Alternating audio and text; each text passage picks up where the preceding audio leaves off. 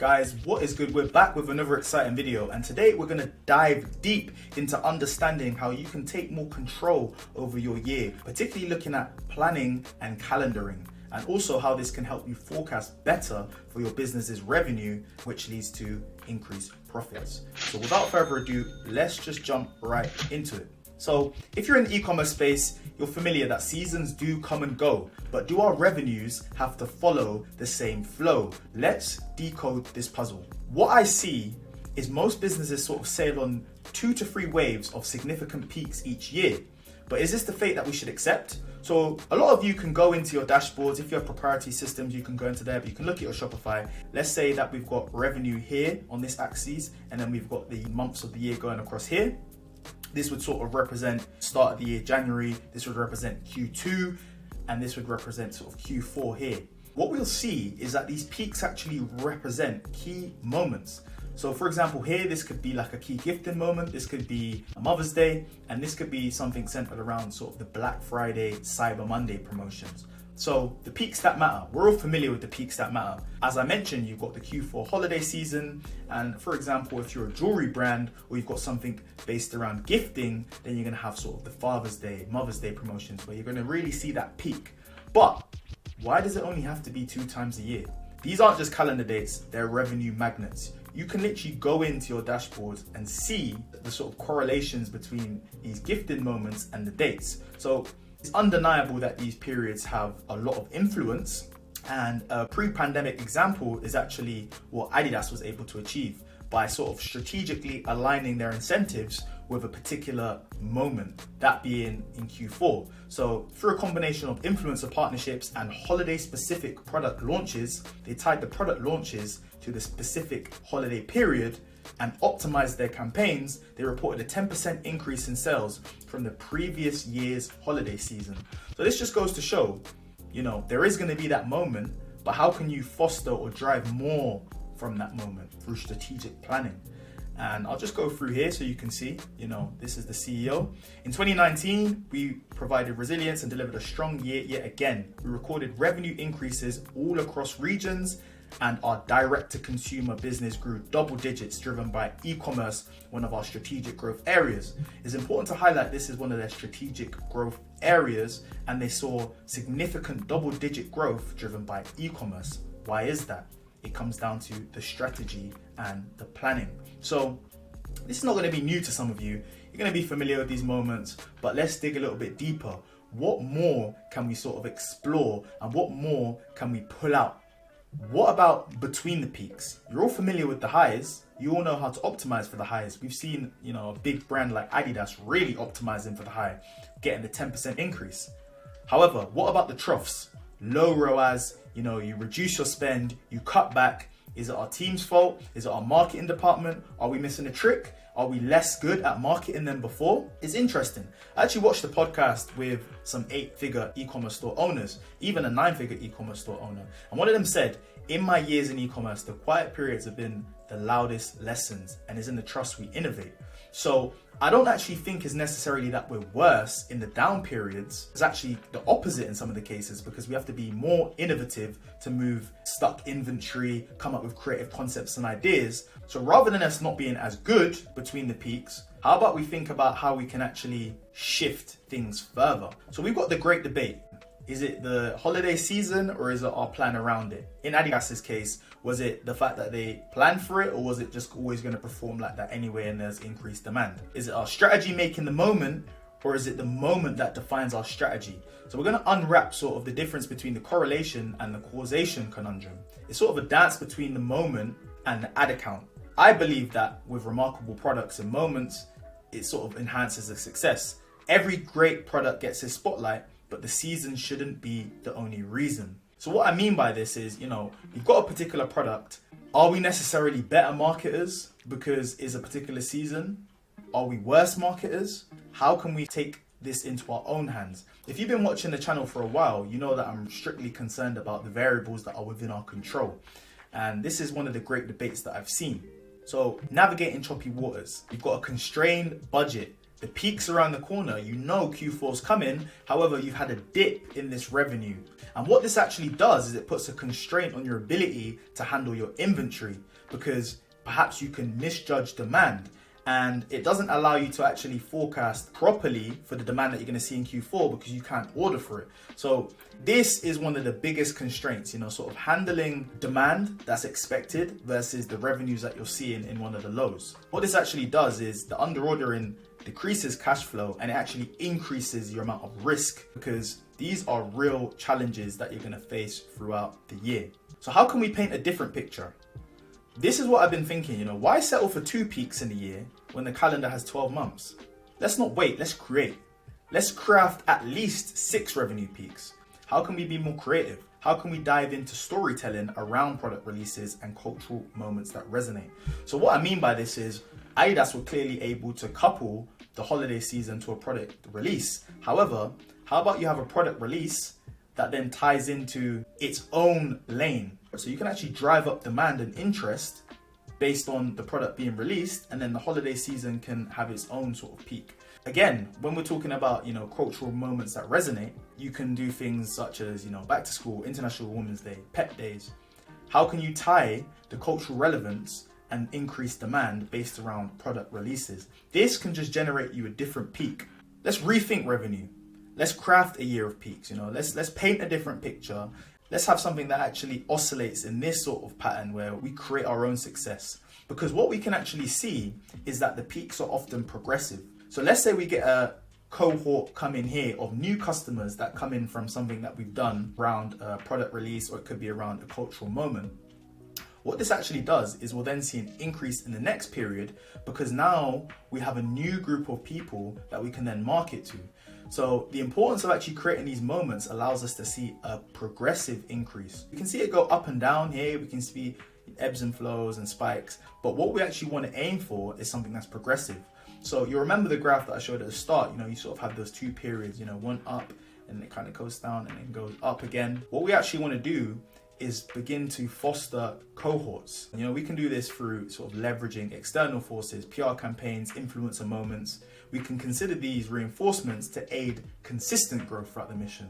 Hence, I didn't just say growth. I didn't just say, hey, here's some sort of e-commerce calendar. I want you to think about this more comprehensively, rather than it just being a particular moment and it's like, okay, we've got a little peak in sales. How can this actually tie into the bigger picture of consistent growth by understanding your cohorts? So it's not just about great products, but timing, context, and moments of resonance. And this is why it's really important to be strategic, because you can use these different options, cultural moments, etc., to create different angles that can then attract a different cohort, which then gives you that progressive peak. So rather than it being 2 peaks, let's try and get 6, and let's try and have them progressive. If you can't aim for 6, I'd say 4 is reasonable. You can have something at least every quarter. You should aim between 8 weeks to a quarter. I'd say that's definitely sufficient if you're not considering this sort of forecasting of the year. Rather than just thinking of a moment or a particular product release, think about how that product release can actually tie in to a different cultural event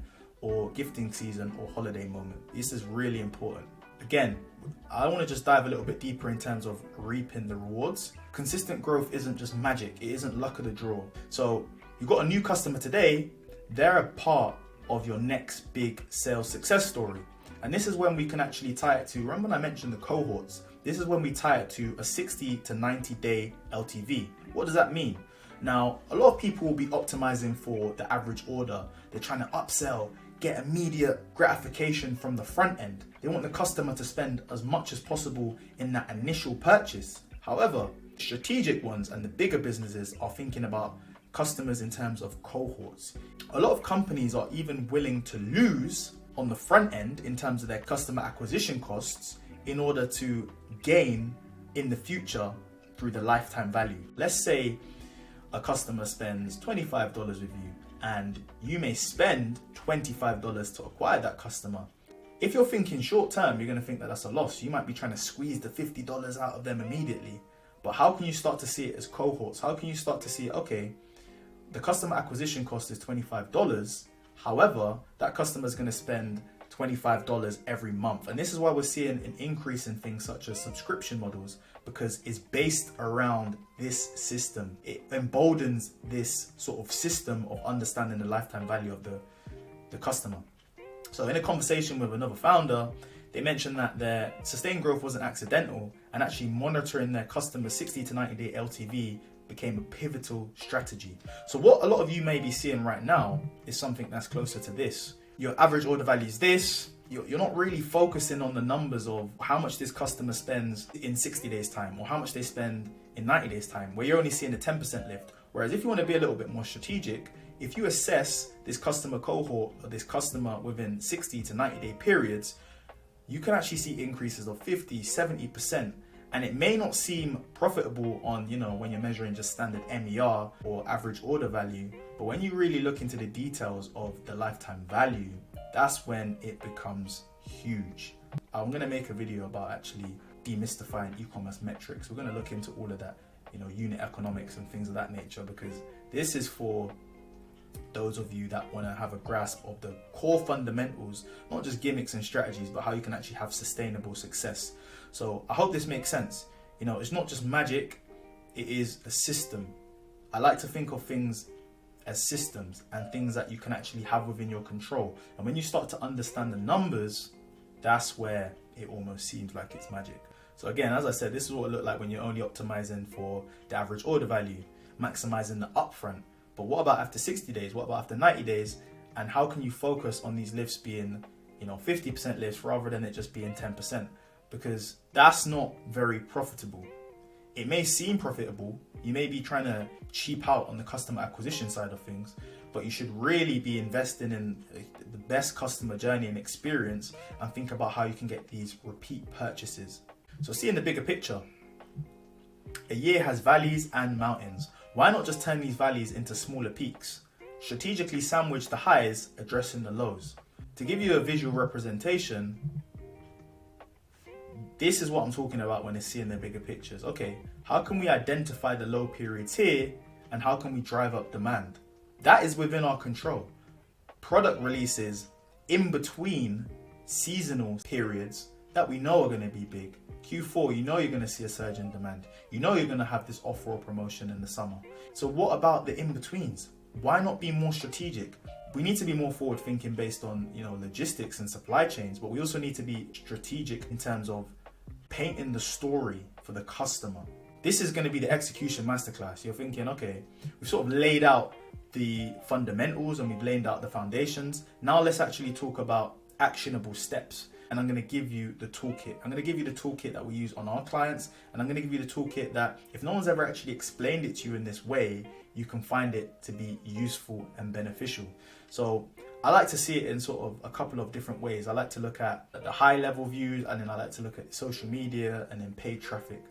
Paid media health check. Simple thing you can do, look at your account structure, okay? You want to prioritize cost caps and dynamic product ads. For instance, we can look at Airbnb's dynamic ads for travel that showcase deep understanding of users' booking habits, serving retargeted ads for properties and experiences they've previously shown interest in. Airbnb presented relevant real-time pricing availability to potential bookers using dynamic ads. If you're finally ready to take a trip without the kids, why stay at a hotel with more kids?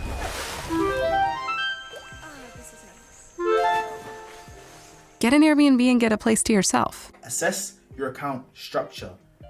How are you positioning your ads? Are they dynamic? How are you thinking about the customer? Airbnb and these bigger companies do all of these things right, and I love it, because they do have teams of thousands of people. But that's when you can start to see how thousands of people leads to, great decisions in certain areas, because you just have more minds, you have more thinking power based around things. So if you don't have that at the moment, hopefully you can use this as a resource just to, share ideas. Targeting metrics. You want to ensure that your audiences are optimized for Facebook's AI capabilities. After optimizing their audience, Movement Watches, an online first brand, this brand smashed it, shout out to the founders, utilize Facebook's dynamic product ads to retarget website visitors with ads for products they previously shown interest in but didn't purchase. Again, this sort of ties into the retargeting and the account structure. But I wanted to really mention sort of cost caps up here. but this ties in underneath. The reason I did the target and metrics below is because once you've got the structure right, then you want to be able to assess the metrics. Okay, what can we see from this? The strategy, partly down to there, again up here, optimize account structure, led to profitable acquisition costs. So they were able to understand how much it's going to cost to acquire a customer. Then they can realize, okay, it's going to cost this much to acquire a customer. This person spent significant interest in the brand. We categorically know we can spend this much to acquire this customer and we're going to remain profitable. So as a result, it's for a 2x increase in return on ad spend and 3x increase on their conversion rate. And this is just all down to understanding the numbers, understanding that they're going to eventually be able to potentially upsell a customer on a different watch. Okay, how much is that customer going to be worth? And it's all from looking at historical data a lot of the time. So performance metrics. Focus on ad optimization for conversions. Measure success via account ROAS and profitability. Keep a keen eye on historical CPM, CTRs, AOVs. Funny how I mentioned it. Historical data. That ties into the performance metrics. It's all linear, you know. These are your paid media health checks. You want to look at your account structure. You want to look at your targeting metrics, who you're targeting. You want to understand, how much you can spend. And then you want to look at the performance metrics, and you can sort of then begin to forecast based on historical data such as your CPMs, your click-through rates, and AOVs. So Booking.com, well known in the digital marketing space for their relentless focus on the conversion optimization. They conduct thousands of A/B tests yearly to refine every element of its website, from button colors to search algorithms, ensuring users are more likely to complete bookings. So these are all the things you sort of want to assess on the paid end up front. Just a little insight. And I like to use examples from brands that I study closely because I genuinely believe success leaves clues, and I like following the biggest players and what they're doing because they seem to get it right. Now we want to go into creatives, just a simple tactic. Highlight your top performing SKUs, embrace emerging the story arc using the problem to solution framework, and keep a key eye on indicators like thumb stop rate. So this sort of ties into the paid side of things, but it always is. It's going to be sort of like a symbiosis. They're going to work together as a synergy. Your creatives are going to work with your paid, and you want to understand what creatives are engaging the audience to stop on a scroll. Okay, they're scrolling. What makes them stop? And that's where you really want to look into your top performing SKUs. And this is when you want to start embracing the story. So an example of this is Apple. They regularly focus on problem solving creatives for their product launches, which leads to higher engagement rates. It's simple. Be customer centric. Understand what your customer wants, understand what their problems are, and then use the problems to solution. So for example, you could have, a skincare brand. The problem is someone's experiencing acne, they're experiencing dark spots, they're experiencing wrinkles. How can you bridge the gap between the solution? Well, you bridge the gap with your product. Your product is the viable solution to overcome this problem that they're experiencing. And what I just want you guys to think about is how your creatives can tie into that. If you're struggling with what to come up with, you can start to use sort of frameworks here.